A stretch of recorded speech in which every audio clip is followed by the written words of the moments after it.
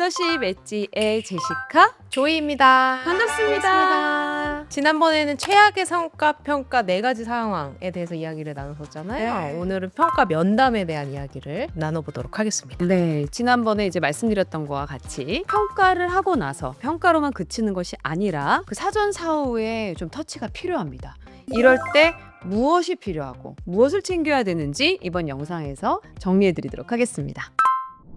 그러면 성과 평가 면담 어떻게 준비해야 돼요? 대부분 평가 결과 전에 면담들을 많이 하시거든요. 그럴 경우에는 다시 한번 평가 기준을 알람하는 겁니다. 이전에 내가 어떤 기준들을 세웠고 그 기준을 통해서 어떻게 평가가 되었는지 우리의 기준은 이거였습니다. 팀의 목표와 얼라인된 성과 기준을 다시 한번 알람하는 거죠. 그러니까 메일로만 보내면 편한데 메일로 보면 다 몰라요.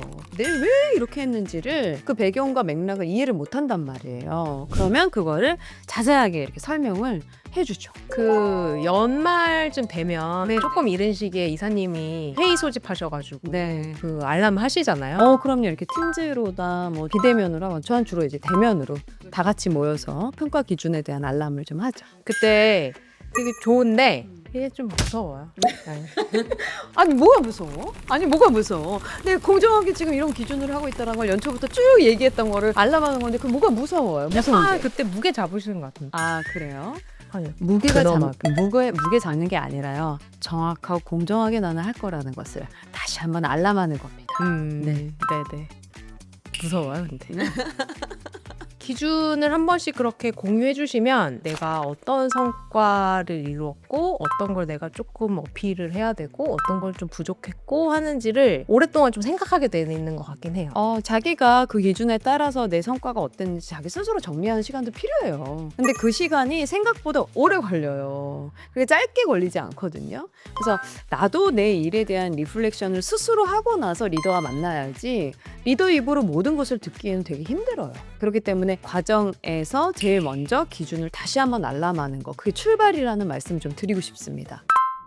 두 번째로는 리더도 평가를 하고 나서 평가 면담을 준비하는데 구성원도 자기 스스로 평가 기준으로 평가를 본인이 해보고 그리고 나서 리더를 만날 준비를 해야 됩니다. 그래서 저희한테 그 시트 보내시잖아요.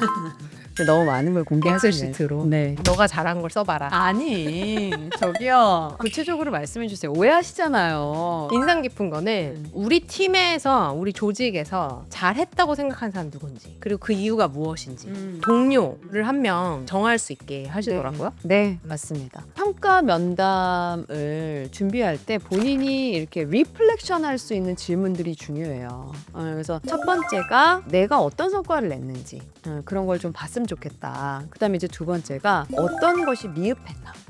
어떤 것은 개선할 포인트가 되나. 세 번째가 우리 팀 성과에서 가장 기여한 사람은 누구냐. 그리고 그 이유는 무엇인가. 그리고 네 번째로는 이후에 팀 과제에서, 팀 목표에서 내가 어떤 부분을 좀 더 기여하고 싶나, 어떤 과제를 해보고 싶나, 이걸 물어봅니다. 과거도 돌아볼 수 있게 하고 동료도 돌아볼 수 있게 하고 그리고 미래도 생각할 수 있게 하는 질문을 본인 스스로가 한 다음에 저와 만나는 거죠.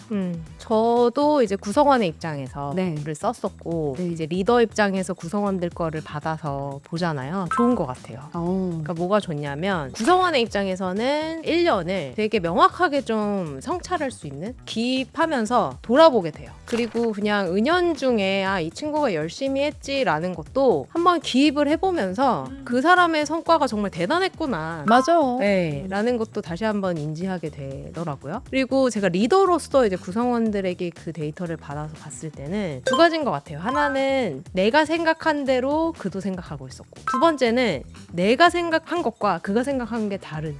그렇게 되면 이제 평가 면담을 조금 더 치밀하게 그리고 더 구체적으로 어떤 피드백들을 준비하게 되더라고요. 네, 그래서 평가 면담이 성장 면담이 돼야 되거든요. 근데 성장 면담이라는 게 이제 좀 모호하거나 그냥 다 잘해보자 이런 식으로 한다고 해서 이게 성장 면담이 아니고요. 구체적으로 내가 뭘 잘하는지, 내가 무엇이 부족한지, 그리고 나의 동료들은 지금 어떤지 이런 것들을 객관적이고 투명하게 스스로를 성찰해 보는 거죠. 그리고 이제 우리가 흔히 말하는 리더의 뷰가 어떤가 이것도 알게 되는 거예요. 이런 평가 면담이 저는 굉장히 귀해요. 그래서 리더분들이 그냥 단순히 평가 면담을 이 결과를 뭐 얘기하기 전이야 후야 너무 스트레스 받아 이렇게만 생각하시지 마시고 이걸 어떻게 적절하게 잘 활용할까 이런 포인트로 보셨으면 좋겠어요. 그 면담의 자리를 네. 두렵게만 네. 피하려고만 하지 마시고 전략으로 활용해라.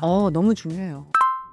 이제 여기서 좀 나눠볼 건데 그러면 고성과자들의 평가 면담과 성과가 좀 중간 정도?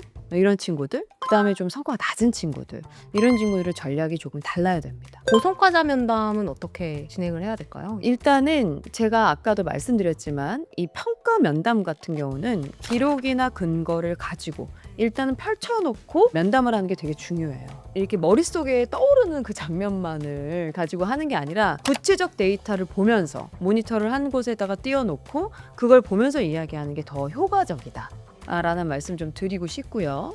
고성과자들은 이 평가 면담에서 뭘 원할 것 같아요? 조이 센터장님. 인정과 칭찬? 좀 더 구체적으로. 구체적으로? 너는 나의 후계자다? 그 말 듣고 싶어요? 후계자. 아니야.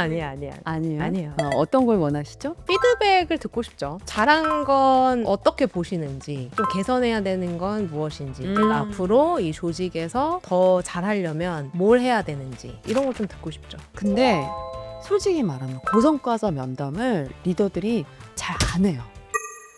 그 이사님도 잘 안 하셨죠? 아주 네? 오래전에. 그랬구나. 제가 기억이 나요. 저 기억이 안 나는데 무슨 소리 하시는 거지? 그러니까 제 앞에 면담을 쭈르륵 줄 세워서 다 하시고 그래 나서 저를 제일 마지막에 근데 그때 저는 고가를 잘 받았었죠. 네. 근데 왔어? 고생했고 내년에 더 잘하자. 고맙다. 안녕. 기억이 납니다. 죄송합니다. 네. 그러고 나서 우리 조이 센터장님이 저에게 말씀하셨죠? 구체적으로 좀 말씀해 주세요. 맞아요. 네. 뭘 잘하는지, 뭐가 부족한지, 이건 왜 저한테 얘기를 안 해주세요? 라고 말씀을 해주셨죠. 그랬더니 평소에 하자말. 고성과자들을 좀 다른 말로 하면 이제 파트너십이 잘 만들어진 관계일 수 있거든요. 그렇게 되면 업무 커뮤니케이션들을 활발하게 하시죠. 그러면 이런저런 이야기를 많이 하시니까 이미 다 얘기했지라고 생각하실 수 있는데 네. 공식적인 면담 자리에서는 또 그때 듣고 싶은 이야기가 있어요. 그럼요. 그래서 이제 고성과자들에게는 그 성과를 내기 위해서 얼마나 치열하게 노력했겠어요. 그래서 감사의 인사를 먼저 하는 게 되게 중요해요. 이런 성과를 내는 데에 나와 이런 파트너십을 만들면서 이런 팀에서의 성과를 만드는 것에 대한 감사. 고성과자들은 끊임없이 자기 자신을 성찰해요. 계속 내가 부족한 게 없는지, 이것이 맞는지 자기 객관화하는 질문들을 고성과자들은 한단 말이에요. 이게 하이퍼포머들의 특징이에요. 그렇기 때문에 이 리더가 자기 입으로 어떤 도전적인 목표를 두려고 하는지 그리고 어떤 개선 포인트가 있는지 이런 걸 정확하게 얘기해 주는 게 중요합니다. 그 모튼 한센의 아웃퍼포머 그 책에서 보면은 진짜 자기 성찰, 자기 피드백 루프가 계속 돌아가는 사람들이 하이퍼포머, 그러니까 아웃퍼포머더라. 그러니까 하이보다 더 뛰어난 사람들 아웃퍼포머로 부르잖아요. 네. 그런 사람들에게는 사실 인풋이 저성과자 혹은 뭐 중간성과자 보다도 더 많이 들어가도 더 많이 수용할 수 있는 거죠. 어떻게 보면 스폰지처럼. 그렇죠. 리더분들께서 고성과자들의 면담을 좀 1순위로 생각하시는 게 중요하다.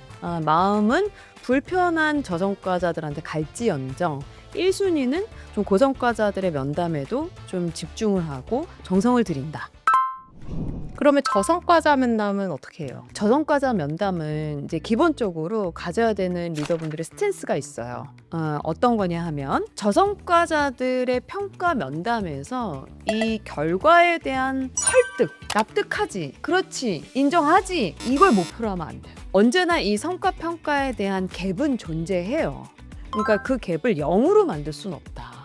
그런데 갭을 줄일 수는 있다. 저성과자들에 대해서는 좀 노력을 많이 필요한데 설득하려는 어떤 면담을 계속하는 거는 굉장히 힘들어집니다. 상호간에. 그러면 뭐다? 설명하는 면담을 해야 된다. 설명하는 면담. 어떤 기준이 되고 좀 냉정하게 이런 부분이 내 기대에 못 미쳤고 그렇지만 이런 가능성을 가지고 있다라는 거. 이런 것들을 좀 정확하게 얘기해 주는 게 중요합니다. 그런 것들을 조금 더 명확하게 하기 위해서, 그러니까 설명을 명확하게 하기 위해서는 팀 안의 기준, 이 시스템을 계속 고도화해 나가는 리더님들의 그런 노력이 필요한 것 같아요. 그래서 그냥 내가 한 번 말했잖아. 이렇게 하면 본인의 입장을 계속 강조하고 싶거든요. 그러니까 열심히 했다. 근데 다 열심히 했거든요. 근데 무엇이 결과를 만들었느냐, 무엇이 잘했다라고 볼 수 있는 리더의 기준인지를 계속 설명해 줘야 돼요. 저희가 이제 고성과자, 저성과자 이렇게 나눴었잖아요.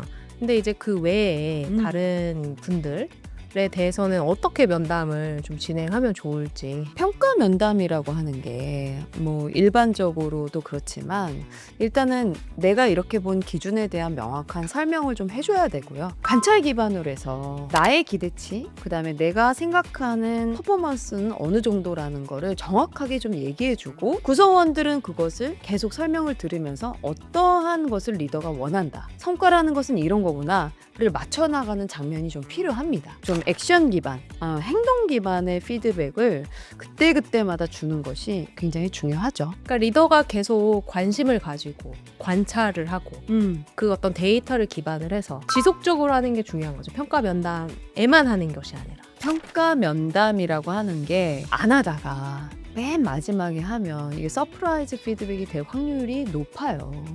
그렇기 때문에 중간중간에 이 수시로 면담을 해주는 게 중요하고, 평가 면담을 결과가 이제 이미 나온 다음에는 좀 미래를 그릴 수 있게끔 해주는 면담도 중요합니다. 그래서 결과를 보는 면담이 아니라 피드 포워드, 내가 어디로 좀 나아가야 되는지에 대한 목표를 좀 더 맞추는 면담이 또 중요하기도 해요. 그래서 연말에 하는 평가 면담은 자꾸 성장 면담이라고 제가 이야기하는 이유가 이제 그런 포인트가 있다는 걸 말씀드리고 싶어요. 네, 오늘은 지금 리더분들의 가장 고민이 되는 성과 평가에 대한 이야기를 좀 나눠봤습니다. 많은 리더분들에게 좀 도움이 되셨기를 바라면서요. 다음 리더십 엣지에서 또 만나 뵙겠습니다. 감사합니다. 감사합니다. 성과에 대한 기여에 대한 감사, 이거를 먼저 해주는 게 굉장히 중요합니다. 그래, 올해 또 디스크도 나갔는데 너무 고맙다. 그렇게까지 일해줘서 너무 고마워. 네, 맞아요. 그때 디스크 터졌었죠. 네.